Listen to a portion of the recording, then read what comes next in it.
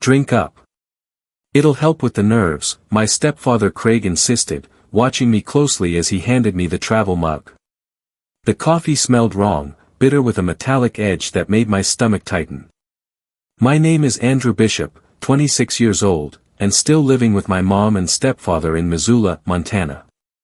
Not ideal, but I'd been saving money since graduating, building a portfolio, and had finally landed an interview for a marketing coordinator position at Granite Peak Outfitters, the outdoor gear company I'd dreamed of working for since freshman year. I adjusted my tie, feeling Craig's eyes on me. "Thanks, I'll take it to go," I said, keeping my voice casual. The weight of the mug felt heavier than it should have. Craig leaned against the kitchen counter, arms crossed. "Big day. Wouldn't want anything to get in your way." The words sounded supportive, but his smile didn't reach his eyes. That was Craig Henson in a nutshell. Contractor turned self-proclaimed realist who'd married my mom 4 years ago and never missed a chance to remind me how little he thought of my career choice. "For years studying advertising just to make brochures," he'd say.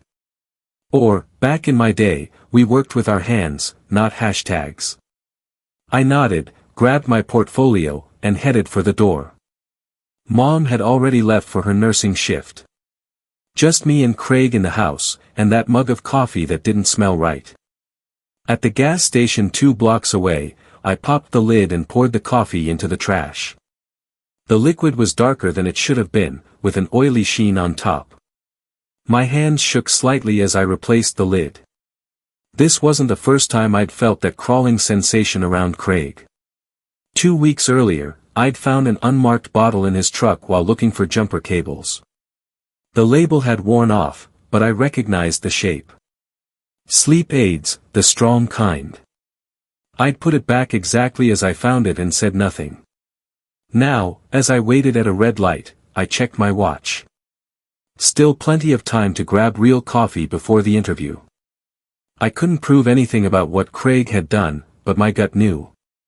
And this morning, my gut was saying Craig didn't want me getting this job, didn't want me succeeding in moving out. I'd long suspected Craig saw me as competition for my mom's attention. What I hadn't realized until now was how far he might go to keep me under his thumb. I wasn't always this suspicious. Growing up, it was just Mom and me in a small 2-bedroom apartment on the east side of town. She worked double shifts at St. Patrick Hospital to put food on the table after my father left when I was 3. I barely remember him, just a voice and the smell of pine aftershave. Mom met Craig at the hospital where she works. He'd been doing renovation work on the East Wing, and she came home one day talking about this nice contractor who had asked her to coffee. I was happy for her. 22 years alone was enough sacrifice for anyone. The first year was good. Craig fixed things around our apartment, took Mom on real dates, and even helped me move into my college dorm. "Good to see a young man getting educated," he'd said, though he added, "Just remember, there's no shame in learning a trade if this doesn't work out." The crack started when I moved back home after graduation.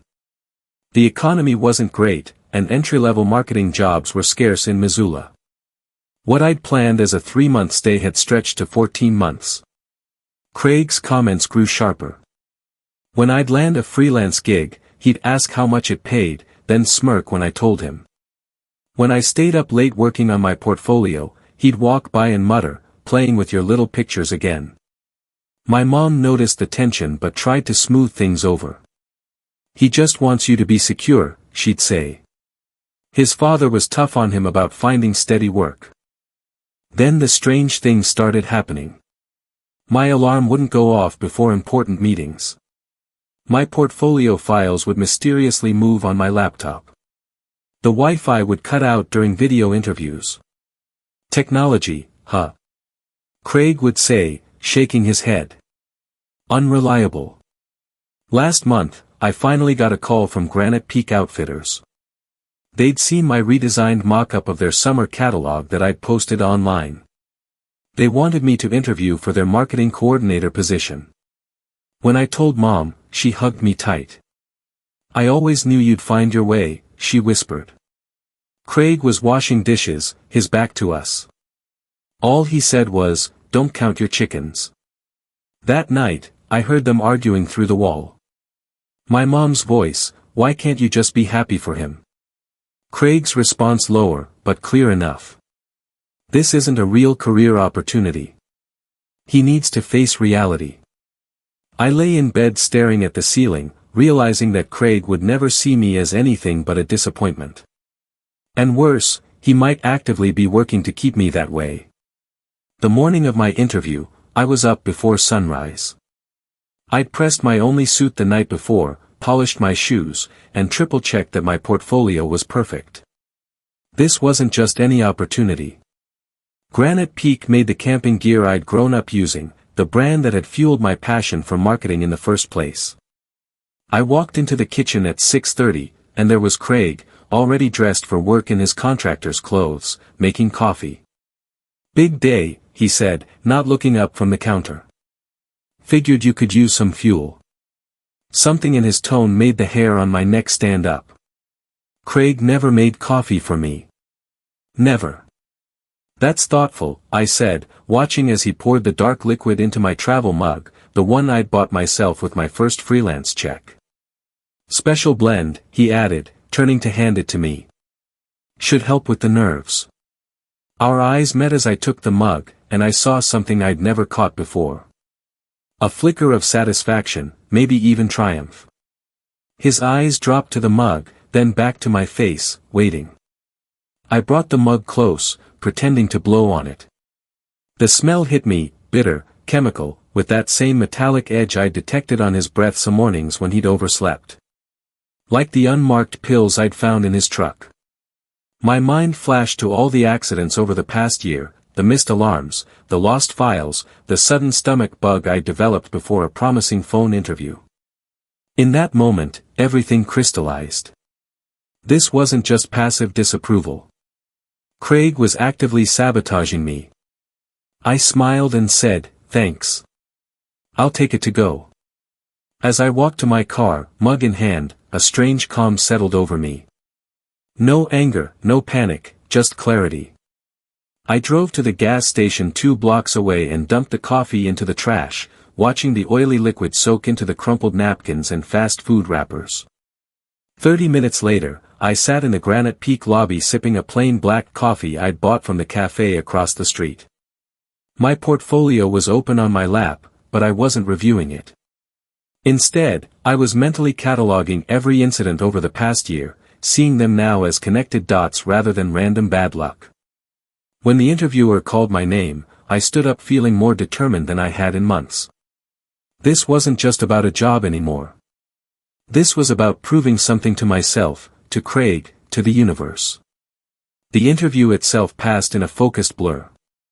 I spoke clearly about my ideas for their spring campaign, showed them mock-ups I'd created, and answered their questions with a confidence that surprised even me. "Where do you see yourself in 5 years, Andrew?" the marketing director asked toward the end. "Building something lasting," I said.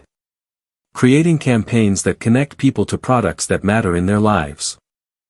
As I drove home 3 hours later with a job offer and a start date, I thought about the coffee again, about Craig watching me, waiting for me to drink it.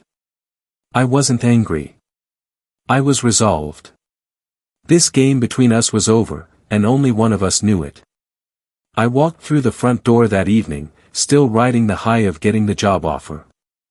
Starting salary was decent, benefits after 90 days, and most importantly, a chance to prove myself at a company I respected. I was already mentally packing my bags, calculating how quickly I could afford my own place.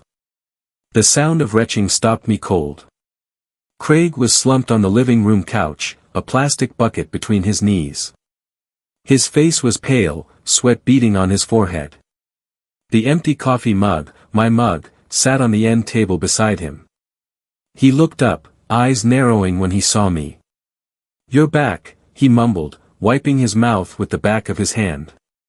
"Got the job," I said, keeping my voice neutral. "Start Monday." Something flashed across his face. Surprise. Then something darker. He nodded and bent over the bucket again. My mom came in from the kitchen, concern etched on her face. Andrew, you're home. How did it go? They offered me the position on the spot, I said, unable to keep the pride from my voice. She hugged me tight. That's wonderful. I knew you could do it. Over her shoulder, I watched Craig. He wasn't looking at us, just staring at the floor.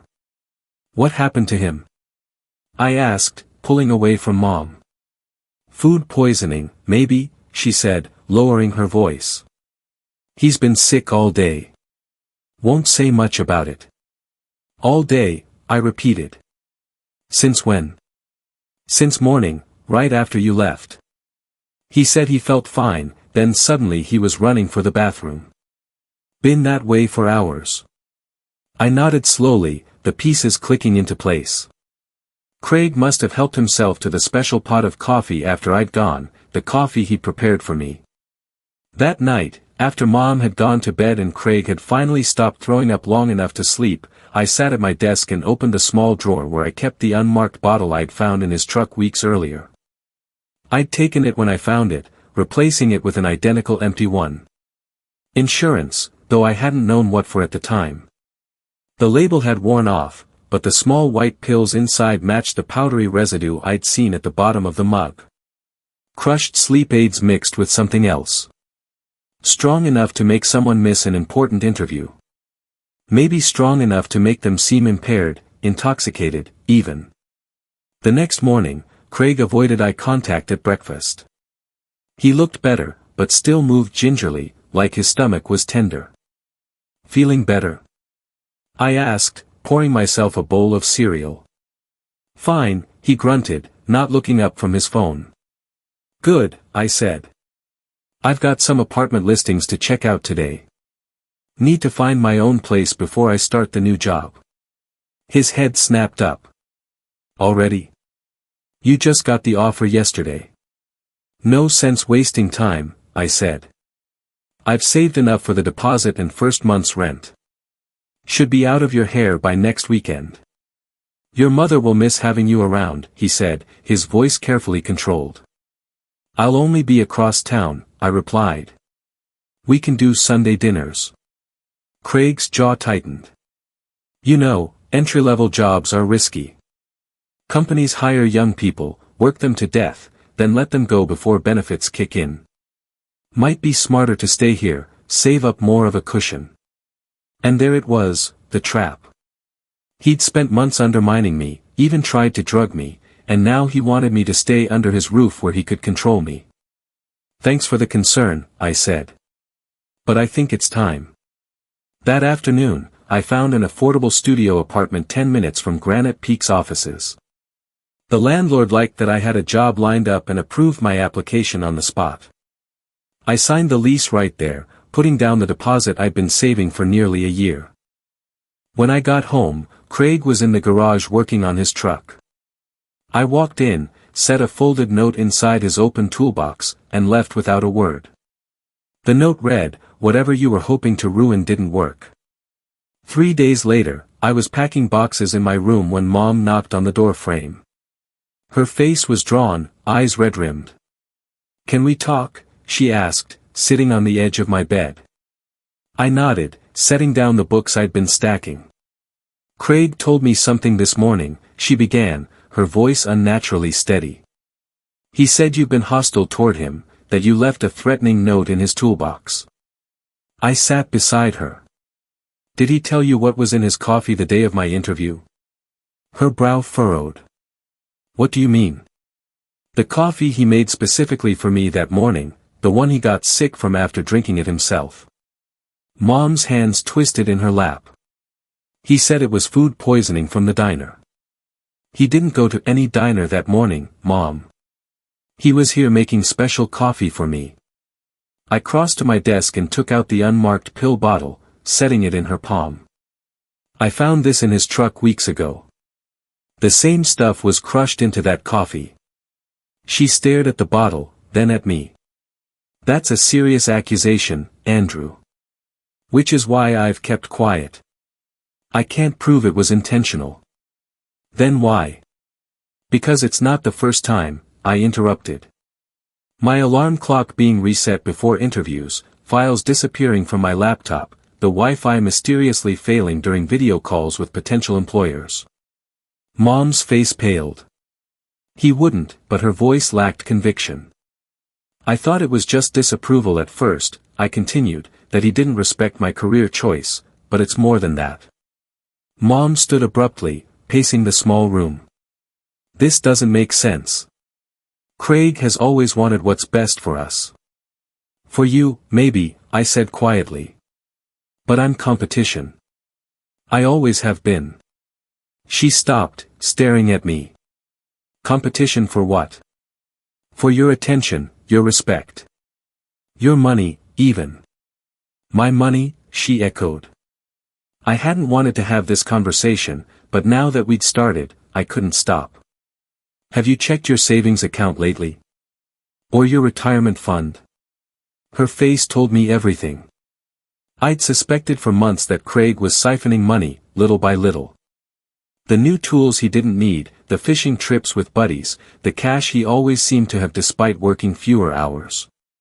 When was the last time you actually saw a bank statement, Mom? I asked gently. Craig handles the bills. Says it stresses me out too much. Her voice was barely audible. How did you know? I saw a notice from the bank in the mail last month. Your account was overdrawn, but I know how careful you are with money. It didn't make sense. Silence stretched between us. Finally, Mom looked up, her eyes clearer now, determined. Show me everything, she said. Over the next hour, I laid it all out. The patterns of sabotage, the missing money, the way Craig isolated her from her friends, always with reasonable-sounding excuses, how he'd been steering me toward dead-end opportunities while actively undermining the promising ones. I thought he was protective, she whispered. I thought he cared about us. He cares about control, I replied. And he's been losing it little by little ever since I moved back home. Mom stood up again, shoulders straightening. I need to make some calls. To the bank, to a lawyer maybe. I nodded, relief washing through me. I'd been prepared to leave her behind, to escape Craig's manipulation while knowing she remained in its grip. Now at least her eyes were open. What about your apartment, she asked. When do you move in? Saturday, I said. But I don't have to. Yes, you do, she cut in, her voice stronger than I'd heard it in years. You need to start your life, Andrew. I'll handle mine. As she left my room, I realized something had fundamentally shifted between us. For years, I'd been the one who needed protection. Now we were standing on equal ground, allies against a common threat. The next few days passed in a strange, tense silence. Craig seemed to sense something had changed, but couldn't pinpoint what. He watched Mom and me carefully, his usual commentary replaced with wary observation. I continued packing, making arrangements for the move. Mom spent hours on the phone in hushed conversations, often going into the backyard where Craig couldn't overhear. Twice she drove to the bank alone, coming back with a determined set to her jaw. On Thursday night, 2 days before my move, Mom found me in the kitchen making a sandwich. I've opened a new account, she whispered, glancing toward the living room where Craig was watching television. Transferred what was left of my savings. It wasn't much. How much is missing? I asked. Almost $20,000 over the past 3 years, she said, her voice tight. Small withdrawals, just under the notification threshold. He forged my signature on some of the forms. I felt sick. That was her retirement money, her security. The bank is investigating, she continued. I've frozen all the accounts he had access to. What about the house payment? The utilities? Taken care of, she said. From my new account. I nodded, impressed by her swift action. What's your plan? I'm meeting with a lawyer on Monday, she said. After you're gone, after you're safe.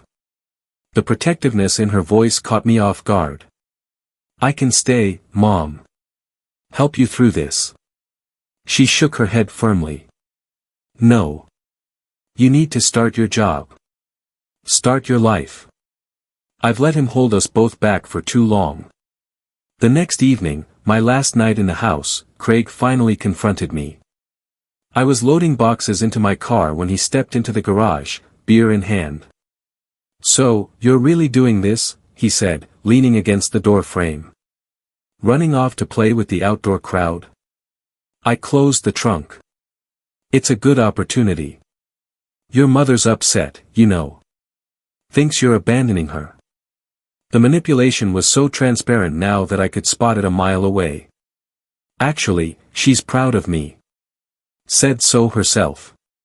Craig's eyes narrowed. You've been different this week, both of you. Whispering, making calls. I shrugged. Just busy with the move. He took a step closer. I saw the note you left in my toolbox. Think you're clever, don't you? Just observant, I replied, meeting his gaze. You know, jobs fall through all the time, he said, his voice dropping. Especially for people who aren't reliable, who miss days, who show up impaired. The threat hung in the air between us. I felt a flicker of the old fear, but pushed it away. That would be unfortunate, I agreed. Almost as unfortunate as a bank investigation into forged withdrawal slips. I watched the color drain from his face. Or a doctor questioning what kind of stomach bug matches the symptoms of pharmaceutical sleep aids mixed with alcohol. Craig's expression hardened. You don't know what you're talking about. Maybe not, I said. But Mom's lawyer might. I walked past him into the house, heart pounding, but step steady. I'd said too much, shown my hand, but it felt right. Craig needed to know that his actions had consequences, that people were watching now. That night, I heard them arguing in their bedroom, voices rising and falling. I didn't try to listen. Whatever happened next between them was their battle, not mine. In the morning, I finished loading my car early. Mom came out to the driveway to hug me goodbye, pressing a small envelope into my hand. A housewarming gift, she said. Don't open it until you get there. Craig watched from the window but didn't come out. Just stayed in his chair, eyes hard, pretending nothing had happened. As I drove away, I felt lighter than I had in years. Not because I was leaving home, but because for the first time in a long time, it felt like Mom and I were both heading towards something better rather than just surviving where we were. 3 weeks into my new job at Granite Peak, I was settling into a routine. My studio apartment was small, but mine. The marketing team appreciated my ideas. For the first time in years, I felt like I was building something. Mom and I talked every few days. She'd filed for divorce the Monday after I left, the same day she met with the lawyer. Craig hadn't taken it well, alternating between rage and desperate promises to change. He keeps saying it was all a misunderstanding, she told me during one call. Claims he was borrowing the money, planning to pay it back. I said nothing. We both knew better. On a crisp Thursday evening, I was heading back to my apartment after work when my phone rang. It was Mom, her voice steadier than I'd heard in years. It's done, she said. The police just left. My grip tightened on the steering wheel. What happened? The bank investigation came through. Forgery on 11 withdrawal slips. Plus, they found prescription drugs in the house that weren't prescribed to either of us. I pulled over, letting the news sink in. Is Craig gone? They arrested him an hour ago, she said. I'm at Aunt June's house now, going to stay with her for a while. After hanging up, I sat in my car, watching the sunset paint the mountains gold and purple. I thought about the coffee that morning, how close I'd come to drinking it, how easily things could have gone another way. I didn't feel satisfaction exactly, just quiet relief that a chapter had closed. That evening, a text came through from Mom's phone. A photo of her and Aunt June sitting on the porch of the old farmhouse where Mom had grown up, both women smiling. The message read, starting over. Thank you for showing me how. I set my phone down and looked around my small apartment. It wasn't much, but it was honest, clean, mine. Sometimes the best revenge isn't striking back. It's simply walking away and building something better. 6 months later, I stood in a conference room at Granite Peak presenting my campaign for their winter collection.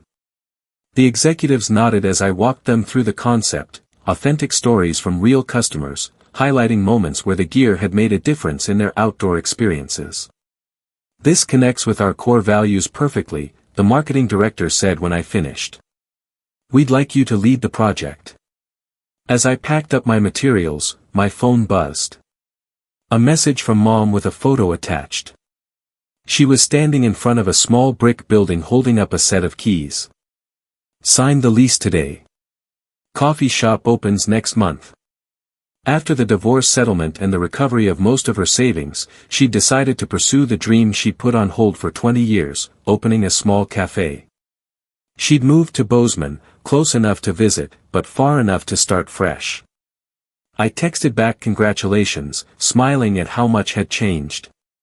Craig had taken a plea deal, probation and restitution payments for the financial crimes. Last I heard, he'd moved to Wyoming, working construction jobs and keeping his head down. That evening, I hiked up to the ridge overlooking Missoula. The air was sharp with the scent of pine and coming snow. I found a flat rock and sat down, taking in the valley spread out below, lights beginning to twinkle as dusk settled. I thought about the bitter coffee, the silent battles, the quiet determination it had taken to break free. Not just from Craig, but from doubt, from the belief that I should settle for less than I deserved. Sometimes victory doesn't roar. Sometimes it whispers in the small moments. A mother reclaiming her life. A son finding his path. A weight lifted from both their shoulders. I took out the old travel mug, the one from that morning, which I'd kept as a reminder. Turning it over in my hands one last time, I left it on the ridge among the stones and walked back down the mountain, lighter with each step.